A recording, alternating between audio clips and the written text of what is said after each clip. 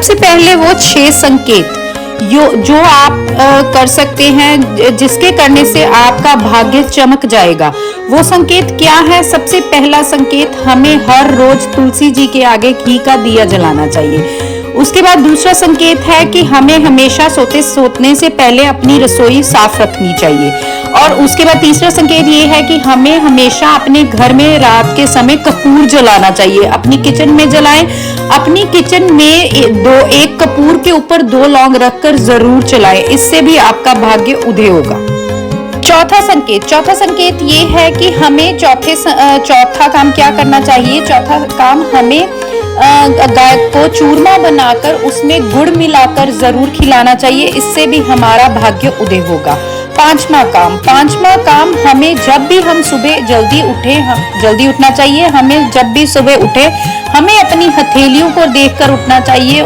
उसमें लक्ष्मी जी, ब्रह्मा जी का वास है। उसके बाद हमें छठा काम क्या करना चाहिए? हमें नेक्स्ट ये है कि हमें जब भी हम अपने आभूषण रखें, उसे लाल कपड़े में रखें। इससे भी आपके घर में बरकत आएगी।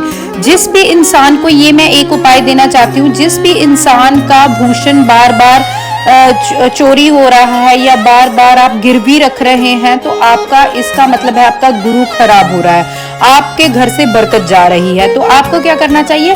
आपको एक कॉटन का कपड़ा रेड कलर का बनवा लें, थैली सवा लें और उसमें अपने आभूषण रखें और हनुमान जी से प्रे करें कि मेरे ये आभूषण मेरे ही रहे, मेरे घर में बरकत आए और मुझे बरकत मिले और मेरे आभूषण बढ़े।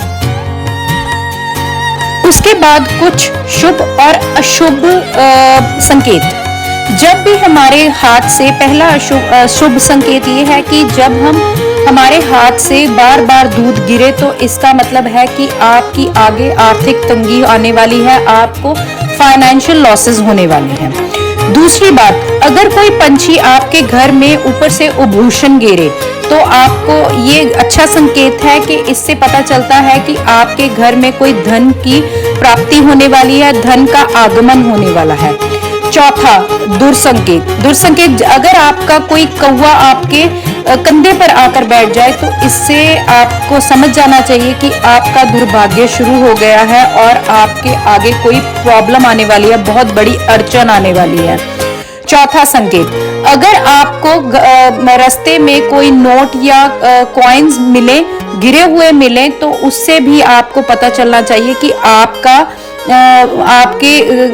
जिस भी काम के लिए आप जा रहे हैं उसमें आपको संकट मिलेगा, उसमें आपको रुकावट मिलेगी, वो काम आपका पूरा नहीं होने वाला।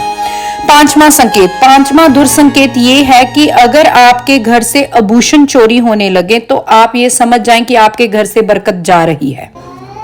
हमें पोछा कब लगाना चाहिए? हमें पोछा लगाने के कुछ नियम हैं। हमें पोछा पहले तो सुबह को लगाना चाहिए। 12 बजे के बाद हमें कभी भी पोछा नहीं लगाना चाहिए। इससे घर में बरकत चली जाती है, क्योंकि शाम का समय, जो संध्या का समय होता है, वो लक्ष्मी माता का होता है। तो कभी भी शाम के समय पोछा झाड़ू मत लगाएं। इससे आपके घर में जिस लक्ष्मी का आगमन होना है वो आप बाहर निकाल रहे हैं। जब भी लगाएं पोछा सुबह लगाएं, सो दैट जो रात की नेगेटिव एनर्जी हमारे घर में होती है, जो नकारात्मक ऊर्जा रात की होती है, वो जब हम सुबह पोछा लगाते हैं, सफाई करते हैं, तो वो साफ होती है। और पोछा लगाने के दूसरा नियम, हमें पोछे में कुछ समुद्री नमक या नहीं ले सकते तो अपना घर वाला नमक, सफेद नमक, आपको थोड़ा सा पानी में डालना है और उससे पोछा लगाए। इससे आपके घर से नेगेटिविटी जाएगी। नून किस दिन डालना चाहिए वो भी आपको तीसरी बात में बताऊंगी। आपको नमक जो डालना है वो सिर्फ बुधवार या शनिवार को डालना है। इससे आपके घर से नेगेटिविटी जाएगी। लेकिन कभी भी भूल कर वीरवार के दिन आपको पोछा नहीं लगाना। वीरवार के दिन आपको सफाई नहीं करनी है। और आपको कभी भी वीरवार के दिन अगर आपको सफाई करनी भी पड़ जाती है, तो उसमें कभी भी नमक का इस्तेमाल नहीं करना है। नमक डालकर कभी भी थर्सडे को पोछा नहीं लगाना है। इन बातों का प्लीज आप विशेष ध्यान रखें। इससे आपके घर से नेगेटिविटी जाएगी और आपके घर में बरकत आएगी। और शाम के समय, संध्या के समय कभी भी पोछा मत लगाएं, इससे आपके घर से लक्ष्मी जी रूठ कर चली जाएंगी। पांचवा नियम ये है कि हमें कभी भी पोछा पैर से नहीं लगाना चाहिए। कभी भी पोछे को पैर से उछालना नहीं चाहिए, पोछे को पैर नहीं लगाना चाहिए। जिस भी वस्तु से हम सफाई करते हैं उस वस्तु को कभी भी पैर नहीं लगाना चाहिए। आप अगर नहीं बैठकर पोछा लगा सकते तो उसको वाइपर पर डालकर पोछा लगाएं, लेकिन पैर से पोछा कभी मत लगाएं। मैंने कई लोगों को देखा है कि वो पैर से पोछा लगाते हैं। प्लीज पोछे को पैर मत लगाएं। जो चीज हमारे घर में सफाई कर रही है, वो लक्ष्मी जी का आगमन लेके आ रहे हैं, उस चीज को पैर मत लगाएं। उसके बाद हमें कभी भी पोछा लगाते समय हमें गुनगुनाते रहना चाहिए, राधे राधे, किसी भी भगवान का नाम लेते रहें, जिससे आपके घर की जो नेगेटिविटी है वो चली जाएगी और आपके घर में पॉजिटिविटी रहेगी। जब भी आप मंदिर में पोछा लगाएं, जब भी आप अपना मंदिर साफ करें, तो वो पोछा बहुत साफ सुथरा होना चाहिए। जो पोछा हम घर में इस्तेमाल कर रहे हैं, वो उस पोछे को कभी भी हमें अपने मंदिर में नहीं यूज करना चाहिए। जब भी हम मंदिर की सफाई करते हैं तो नया पोछा लीजिए, नया कपड़ा लीजिए जिससे आप पोछा लगा रहे हैं। उसके बाद आपको करना क्या है, जब भी आप मंदिर में पोछा लगाएं तो 2 दाने चीनी के और थोड़ा सा नमक डालें उसमें। हमेशा मंदिर की सफाई आपको शनिवार को करनी है, मैंने पहली वीडियोस में भी आपको बताया है। तो उसमें पिंच ऑफ नमक और 1 या 2 दाने चीनी के लें, सो दैट जब भी आप मंदिर में पोछा लगाएं तो आप भगवान से कहें कि ऐसे ही हमारे घर में खुशियां आए और जो हमारे घर की नेगेटिविटी है वो चली जाए। और नमक डालते हैं हम अब नेगेटिविटी के लिए। जो हमारे मंदिर में वैसे तो बहुत ऊर्जाएं होती हैं, अगर किसी की नेगेटिव दृष्टि पड़ गई है तो वो चली जाए। भगवान के मंदिर की सफाई हमेशा हमें शनिवार करनी चाहिए। गुरुवार को, एकादशी को कभी भी भूलकर मंदिर की सफाई ना करें। और मैंने आपको बताया है कि सफाई करते समय आप इन बातों का ध्यान रखें कि आप घर की भी, मंदिर की सफाई करते समय कुछ नमक थोड़ा सा डाल लें, लेकिन शनिवार को ही नमक डालना है। वैसे बुधवार को भी हम कहते हैं, लेकिन शनिवार को ज्यादा बेटर है।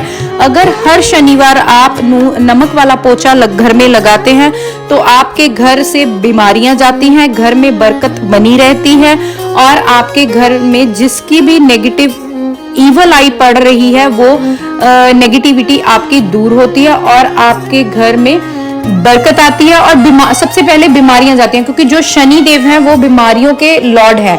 अगर हम अपने घर में नेगेटिविटी रखेंगे, गंदगी रखेंगे, तो इससे हमारे घर में बीमारियां बनने लगेंगी, आएंगी। ये साइंटिफिकली भी प्रूव है कि गंदगी से बीमारियां बनती हैं।